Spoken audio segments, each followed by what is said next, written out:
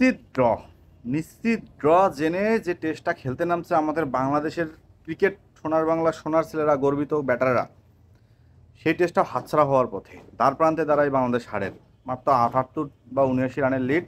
হ্যাঁ, অলরেডি তো সবাই চলে গেছে, মুশফিক এবং তাইজুল শেষে ছিল যতটুকু আমি যতদূর দেখছি, দেখার পর রাগ করে টিভিটা বন্ধ করে রেখে দিছি। হ্যাঁ, রিমোটটা ছুঁড়ে ফেলছে, কারণ এদের যে ভয়াবহ ব্যাটিং তাণ্ডব। আমার মনে হয় কিছুদিন আগে আমেরিকায় যে একটা সাইক্লোন হয়েছে না, হ্যাঁ হেলেনা না কী নাম, সেটার থেকেও ভয়াবহ ভাইয়া। আচ্ছা, বাংলাদেশ দলের ব্যাটসম্যানদের কি মানে ধারাবাহিকতা, হ্যাঁ এরপর দেখা যাচ্ছে একটা যে সেন্স থাকবে, সেন্স অফ হিউমার, যেটা ক্রিকেটীয় জ্ঞান বলা হয়, মানে ক্রিকেটীয় জ্ঞানের মধ্যে লাগে, বাংলাদেশ দলে কি এটা থাকবে না?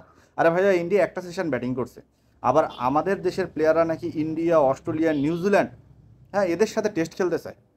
আরে ভাইয়া, ইন্ডিয়ার সাথে যে টেস্ট খেলতে তোরা গেছিস, তোরা যে টেস্টে যে ব্যাটিংটা করতেছিস, এটা কি খামখেয়ালিপনা নাকি পাগলামপনা, নাকি ইন্ডিয়ার মাটিতে ইন্ডিয়ার সাথে খেলতেছিস নাম্বার 1 টিম, এই জন্য তোরা গর্ববোধ করতেছিস?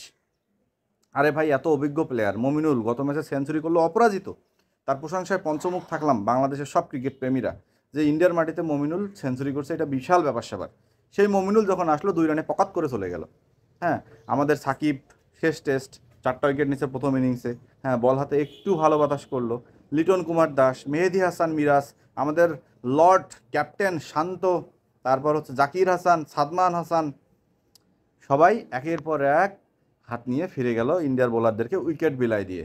তারা খুব ভালো করেই জানে যে আজকে আমরা যদি ভালোভাবে খেলি ম্যাচটা ড্র হয়ে যাবে, এবং ম্যাচটা ড্র হলেই আমরা একটা কিছু পয়েন্ট পাবো, আমাদের টেস্ট চ্যাম্পিয়নশিপের পয়েন্ট টেবিলে আমরা আগায় থাকবো।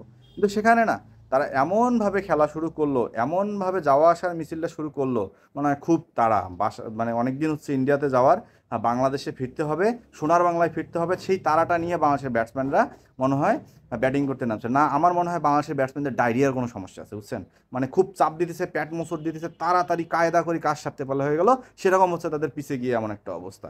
মানে তাদের পিছিয়ে গিয়ে ধৈর্য ধরারই কোনো সামর্থ্য নাই। হ্যাঁ, ইন্ডিয়ান বোলাররা এমনভাবে তাদেরকে নাস্তানাবুদ করতেছে, যেটা দেখার পর ভাইয়া নিজেকে এমন মনে হইতেছে যে 130 রানে বাংলাদেশের 8 উইকেট, তাইজুল এবং মুশফিককে উইকেটে দেখে সুন্দরভাবে টিভি রিমোটটা বন্ধ করে দিলাম।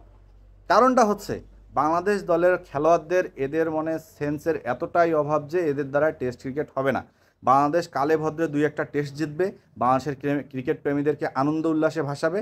এরপর মাঝে মাঝে কালে ভদ্রে 2-1টা প্লেয়ার আমাদের সেঞ্চুরি করবে, তাদেরকে নিয়ে আমরা পঞ্চমুখ থাকবো, এতটুকুই আমাদের সন্তুষ্ট থাকতে হবে।